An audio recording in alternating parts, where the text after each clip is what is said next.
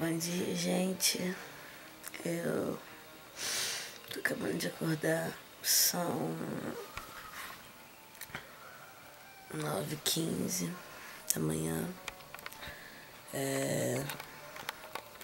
Eu tô muito cansada de ontem.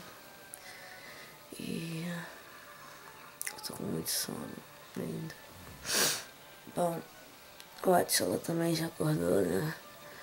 E aqueles que gostaram, no vídeo passado, o Atila foi a atração. Ai, gente, tô com muito sono, não sei nem o que falar. Mas enfim, bom dia pra todo mundo.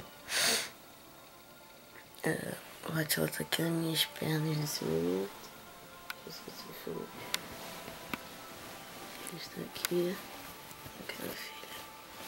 Vou aparecer no YouTube. Dá um oi pra galera, Atila. Só que dessa. Não, meu filho, não começa. Tá de manhã. Não começa. Ele é um amorzinho de cachorro, gente. Não é? Então, Atilinha. Não, filho, não começa, não começa. Para. Gente, o Atila é um amor. O Atila é um amor de cachorro. Ele não me morde o tempo todo. Ele não me morde o tempo todo. Ele é um bebezinho na minha vida. E... Posso falar? Posso? Ele é um bebezinho na minha vida.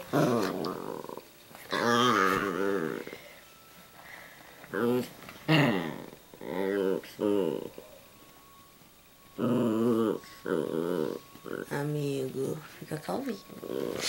Enfim, como todos gostaram dele, todos os meus vídeos vai ter o Atila. Né? Todos eles. E o Atilinha é um cachorro muito dócil, como vocês podem ver. Olha que bebezinho lindo da mamãe. Né? Calma, amigo. Ó, carinho. Olha. Amigo.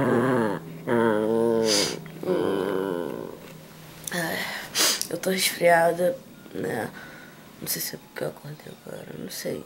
Mas eu tô muito resfriada. E é isso, gente. Eu acabei de acordar.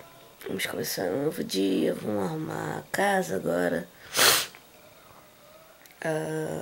O Atila vai continuar dormindo, né? Coisa linda da mamãe, vai continuar dormindo. E é isso, gente. Bom dia pra vocês. Ai, Atila, não morde. Nossa, cachorro bruto. Tchau, gente. Bom dia pra vocês. E é isso aí.